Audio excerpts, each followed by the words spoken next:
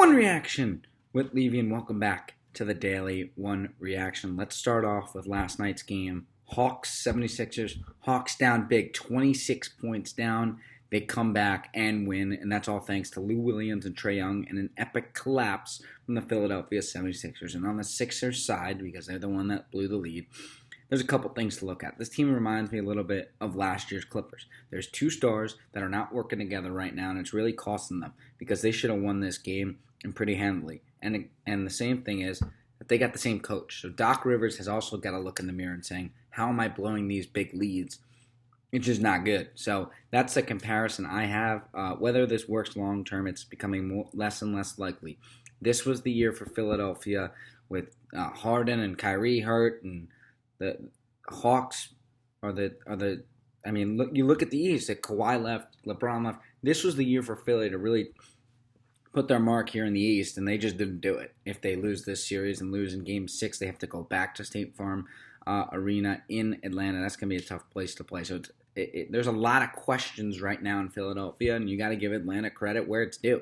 Trae Young, he's looking like a superstar right now, had 39 playoff career high. Unbelievable stuff from Trae Young. Can he keep it up here? He doesn't even have maybe a top 3 player on his team in DeAndre Hunter, so a lot of good things you see from this Atlanta team. Nate McMillan, he gets his team back in it a lot. He did it in Game 4. He did it in Game 5. You got to give the coach, the interim coach still, of course, a lot of credit. I bet you he stays on next year. Then we had the Canadiens Golden Knights. Canadiens won 3-2, tied the series at 1. Good stuff from Montreal. I said they would be rattled in Game 1. They came back Game 2, more confident, got off to that early lead, and took care of business. So we are tied at 1 heading back to Canada.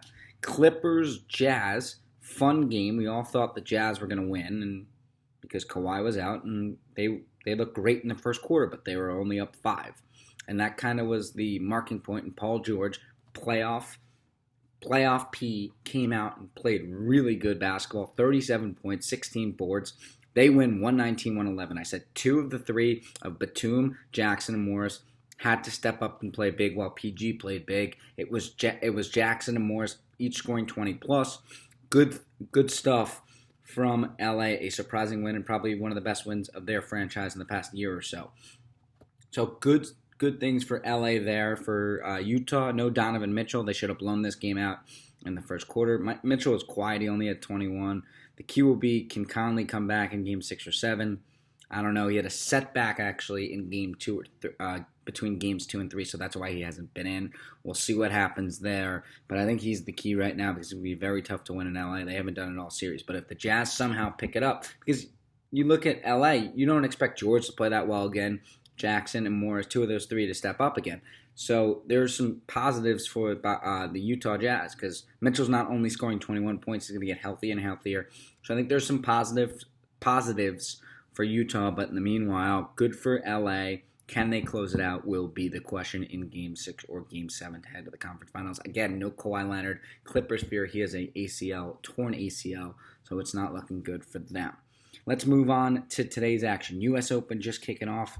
Matt Wolff has is -3 right now with Rogers and Molinari trailing. It's very early. Tonight, we've got the Lightning Islanders Game 3, big game, Nassau Coliseum.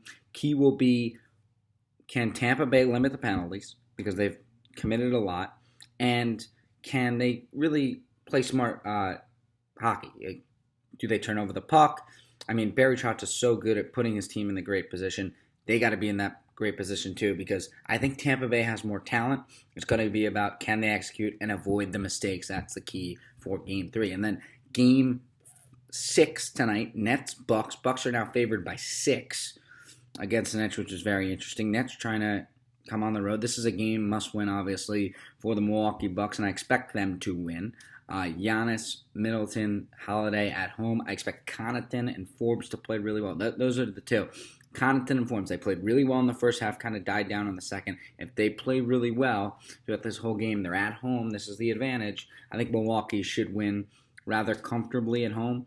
You can never count out Kevin Durant, and we'll see what James Harden can do today in Game 6, but I don't expect much more. So, of course, the favorites are Milwaukee at home in front of their crowd. You don't expect Durant to do that again, but you never know with the best player in the world in Kevin Durant. So Game 6 tonight.